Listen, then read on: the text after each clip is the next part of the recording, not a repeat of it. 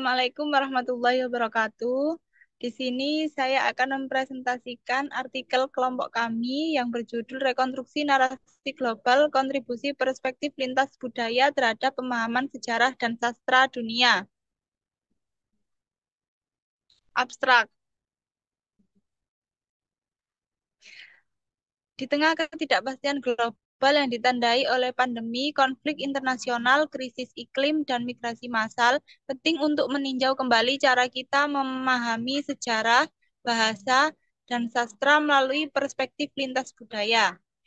Narasi sejarah global seringkali berpusat pada sudut pandang dominan yang kerap mengabaikan kontribusi dan pengalaman budaya non-Barat. Demikian pula penggunaan bahasa dan perkembangan sastra seringkali memperkuat hierarki budaya tertentu sehingga membatasi keberagaman representasi pengalaman manusia. Tulisan ini menyoroti pentingnya memperluas pendekatan lintas budaya untuk merekonstruksi narasi sejarah yang lebih adil, menghargai keberagaman linguistik, dan memposisikan sastra dunia sebagai medium dialog antar budaya.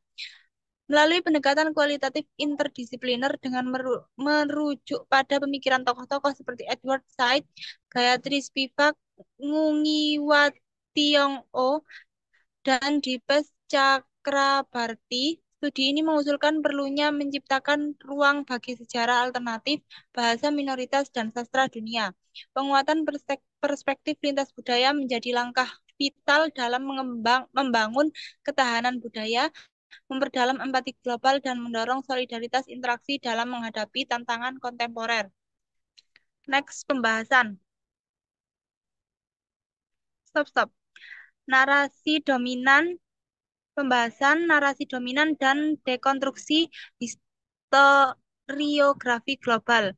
Historiografi global telah lama dipengaruhi oleh kerangka berpikir eurosentris yang menyusun sejarah dunia dalam garis linier progresif dari ketertinggalan menuju kemajuan.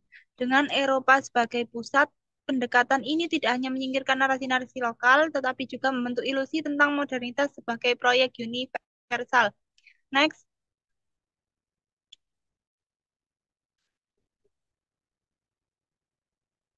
Nah, stop. Bahasa, medan kuasa, dan arena emansipasi. Bahasa bukan hanya medium komunikasi, tetapi juga medan kuasa tempat ideologi bekerja secara halus. Bahasa dominan dalam sejarah kolonial dan globalisasi sering berfungsi sebagai alat standardisasi budaya dan pengetahuan. Penetrasi penetrasi bahasa Inggris, Perancis, dan Spanyol di ruang akademik dan ekonomi global bukan semata hasil perkembangan natural, tetapi warisan sejarah penaklukan dan asimilasi. Next. Sastra dunia. Menenun dialog antar kultur. Sastra dunia memiliki potensi unik sebagai ruang artikulasi pengalaman manusia yang tak terbatas oleh batas geografis atau politik. Namun, seperti halnya sejarah dan bahasa, produksi dan sirkulasi sastra juga tidak netral.